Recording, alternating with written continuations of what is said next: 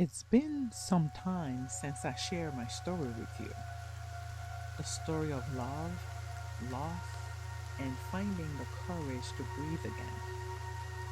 When the first season ended, I thought maybe I had said all I needed to say. But healing has its own rhythm. It doesn't follow a calendar or a plan. It just moves when the heart is ready. And if I am honest with you, there were moments between then and now when I wasn't sure I will be back. Not because the grief had won, but because some seasons of healing are so quiet, so internal, that you almost wonder if they count. If you are doing enough, moving fast enough, feeling the right things at the right time. I want to tell you today they count. The quiet seasons count. The seasons where nothing dramatic happens and no one is watching. Those are often the ones doing the deepest work. After the storm of grief, there's a kind of stillness that feels unfamiliar. The house is quiet. The phone doesn't ring as much. And for the first time in a long while, no one is asking, how are you holding up?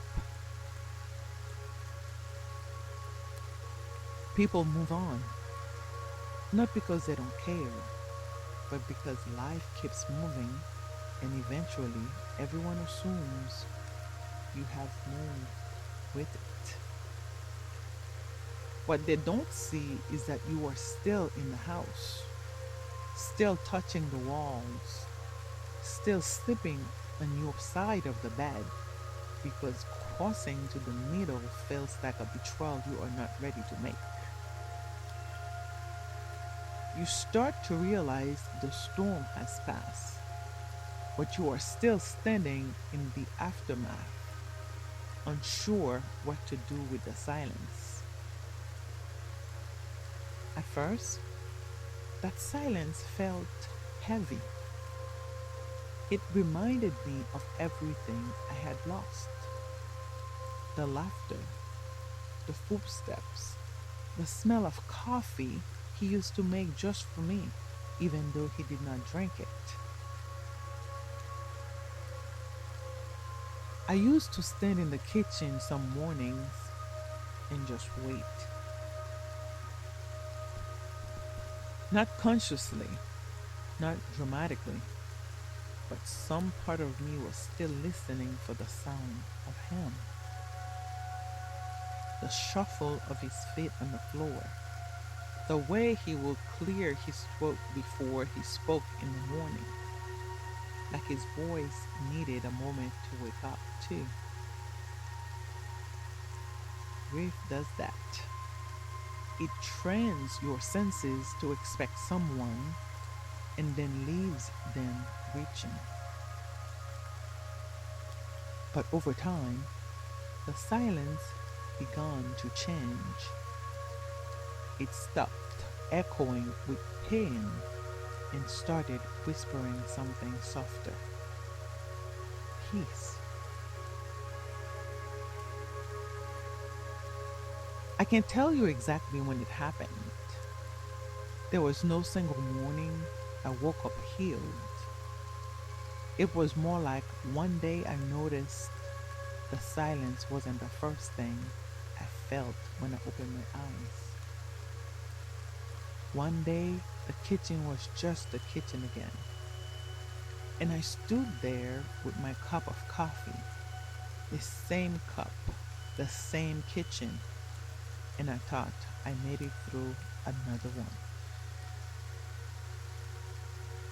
I began to see small signs of life returning: a sunrise that caught my breath, a song that didn't make me cry, a laugh that came out unexpectedly. Those were my first signs that the storm was truly behind me. There's something sacred about those moments and how small they are. We expect healing to announce itself, to arrive with clarity and closure, and some kind of feeling that signals you are done now. You can put it down. But it doesn't work that way. It works more like spring after a long winter. You don't see the season change. You just wake up one morning and notice the light is different. Something bloomed while you were sleeping. Something softened while you weren't paying attention. And you realize that healing was happening in you, even in the moments you were convinced it wasn't.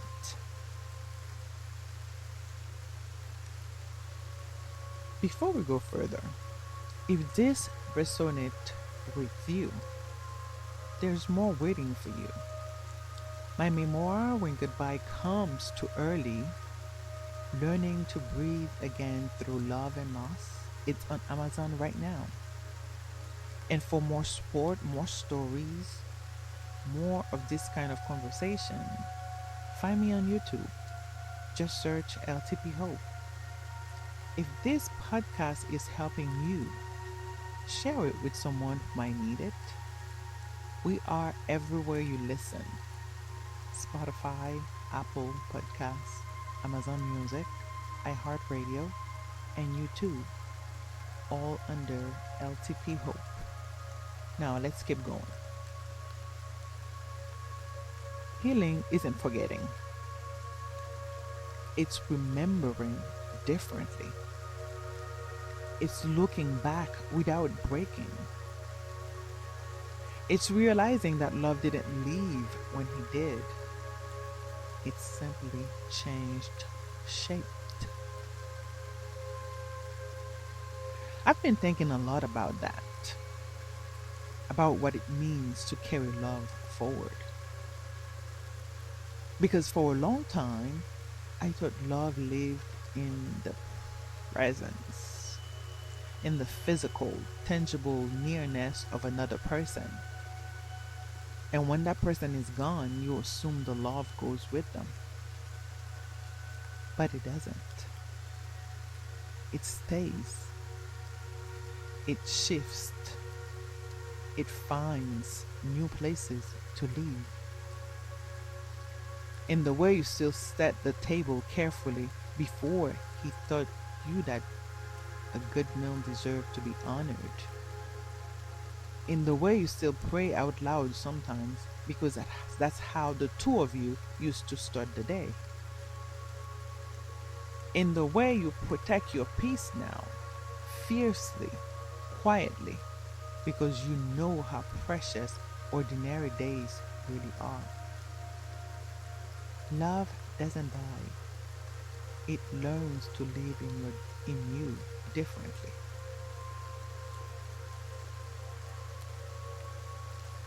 There's a kind of beauty in surviving something that once felt impossible.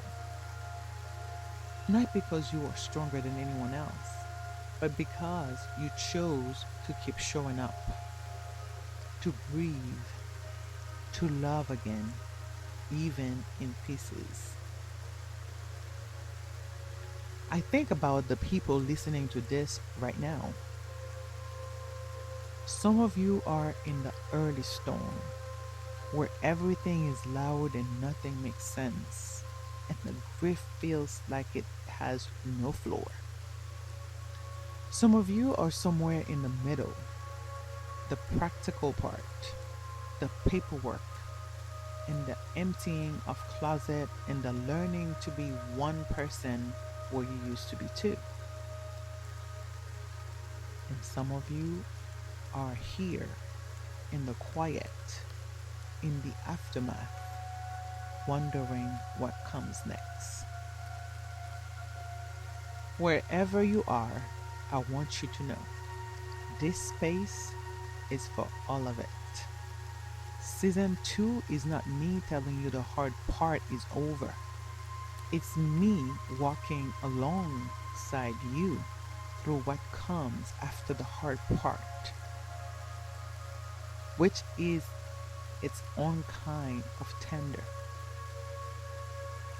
The world will tell you to move on. I want to tell you to move forward, and there's a difference. Moving on suggests you leave it behind.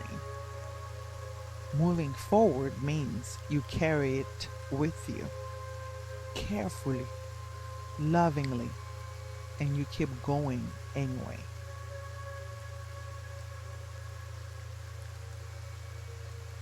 If you are in that quiet place after your own storm, I want you to notice peace doesn't come all at once. It arrives in small, sacred moments, in the stillness, in the sunlight, in your own steady breath. Let them come. Let them soften you. Let them remind you that it's okay to live again. It's okay to want things again, to make plans, to look forward to something, to laugh without guilt, and love without apology. He will want that for you. Whatever you have lost, He will want that for you.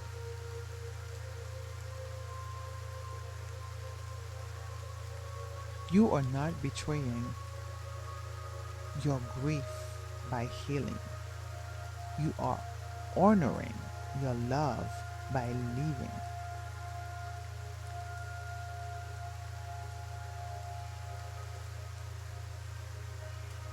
God, thank you for the calm that followed the chaos, for the proof that hearts can mend slowly, quietly, in ways we don't always see coming, for the mornings that feel survivable, for the moments that feel like grace, and for the strength to stand even after the wind has blown everything away. For every person listening right now, meet them where they are. Let them feel that they are not alone in the quiet. And remind them gently that you have been here the whole time. Amen. Next time, we'll talk about the weight that softened, how grief changed over time, how the sharp edge began to smooth, and what it feels like when the thing that once crushed you becomes something you can finally hold. Until then, this is LTP Hope, reminding you that when goodbye comes too early, love is what helps us to begin again. Take care.